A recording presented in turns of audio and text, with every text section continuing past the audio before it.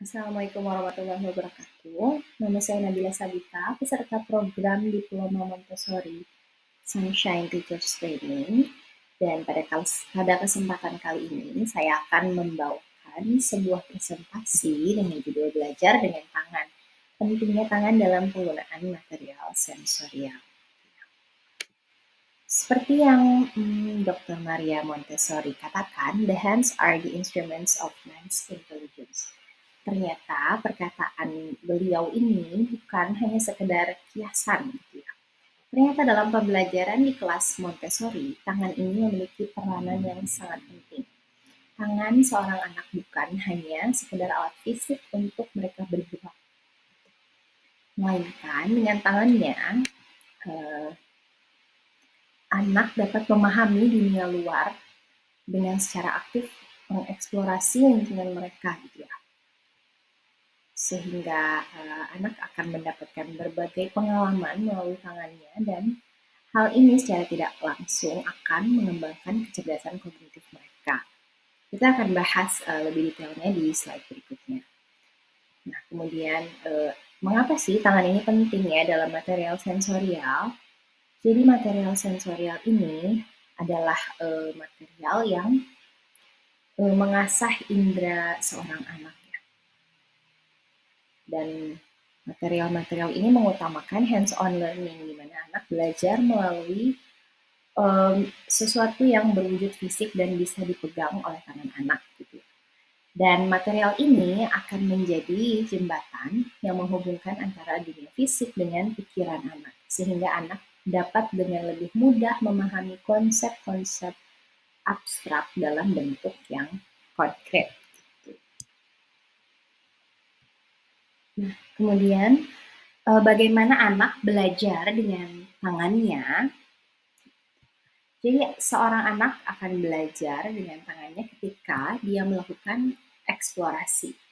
Entah itu saat anak menyusun balok, merasakan tekstur kasar, tekstur halus, atau misalkan menggunakan tangannya untuk bekerja secara aktif, membunyikan suara, atau apapun itu ya, mengeksplorasi dengan tangannya.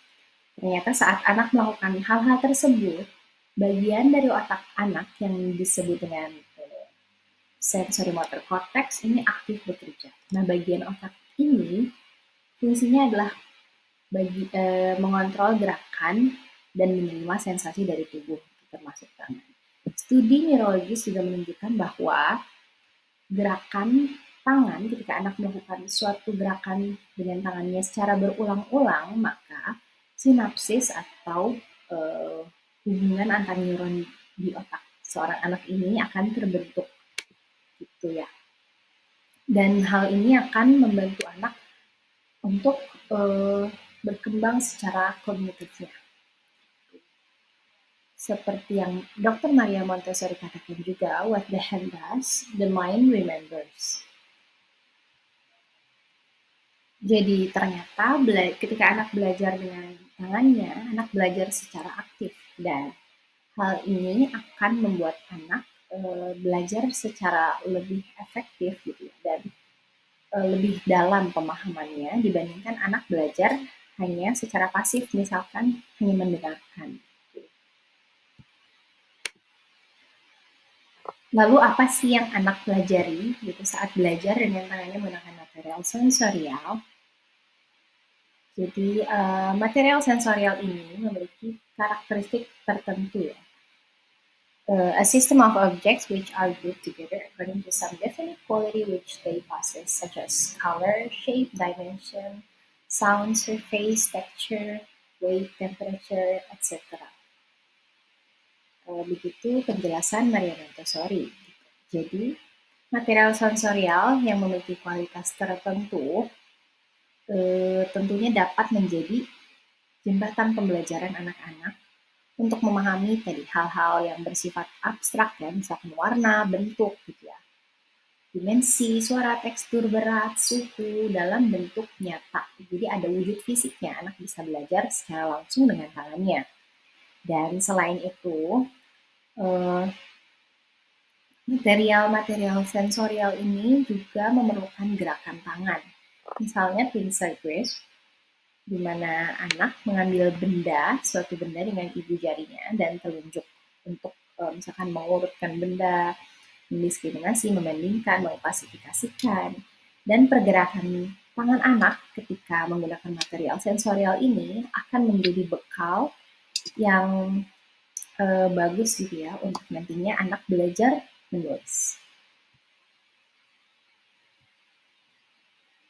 Nah, berikut adalah beberapa contoh material sensorial dan bagaimana tangan berperan dalam penggunaan material-material berikut. Jadi yang pertama ada yang disebut dengan pink tower, beberapa kubus yang memiliki ukuran-ukuran tertentu gitu, di mana anak dapat menggunakannya dengan menyusun dari besar ke kecil dan membandingkan ukuran-ukurannya. Jadi dengan material ini anak bisa melatih kemampuan visualnya. Dan bagaimana tangan berperan di material ini, anak akan menggunakan tangannya untuk merasakan ukuran tiap-tiap balok dan proporsinya ya, dengan memegang secara langsung kubus-kubus atau balok tersebut. Kemudian yang kedua ada geometric cabinet, di mana material ini bertujuan untuk pengenalan geometri. Anak menggunakan tangannya lagi untuk mencocokkan bentuk. Jadi anak menelusuri inset gitu dengan dan soket itu dengan jarinya. Jadi anak merasakan bentuk-bentuk geometri yang berbeda-beda. Kemudian ada juga sound boxes yang ditujukan untuk melatih pendengaran anak. Jadi anak memegang dengan tangannya silinder-silinder yang berisi bunyi-bunyi yang berbeda dan menggerakkannya dan memegangnya, menggerakkannya dan membandingkan bunyi-bunyinya. Begitu contoh penggunaan tangan dalam material sensorial.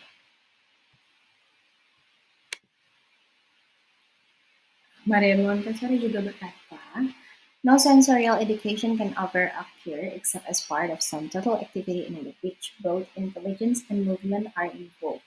The child who has worked with our sensorial practice has not only acquired greater skill in the use of his hands, but has also achieved a higher degree of perceptiveness towards those stimuli which come to him from outside the world.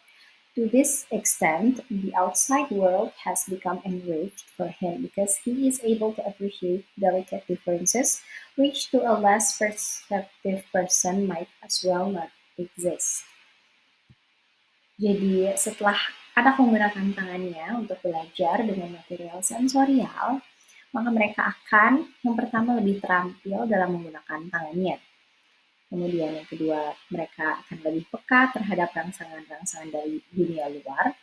Dan yang ketiga, ini juga yang mungkin akan bermanfaat gitu bagi anak untuk berinteraksi dengan orang-orang di sekitarnya, sehingga anak bisa menghargai perbedaan-perbedaan kecil yang ada, sehingga dunia mereka lebih kaya. Nah, setelah kita mengetahui gitu ya, apa sih manfaatnya anak belajar aktif dengan tangannya, terutama dalam menggunakan material sensorial. Lalu apa yang bisa kita lakukan sebagai pendidik dan orang tua? Jadi kita bisa mendukung anak untuk belajar secara aktif dengan tangannya, bukan hanya pasif, bukan hanya mendengarkan, didikte gitu. Tapi kita mendorong anak untuk tadi menggunakan tangannya ya. Dengan apa? Dengan memfasilitasi kebutuhan anak akan eksplorasi. Salah satunya dengan menyediakan material-material sensorial yang mendukung anak belajar dengan tangannya. Kemudian biarkan anak mencoba sesuatu dengan tangannya berulang kali sehingga anak mencapai pemahaman yang baik akan suatu konsep.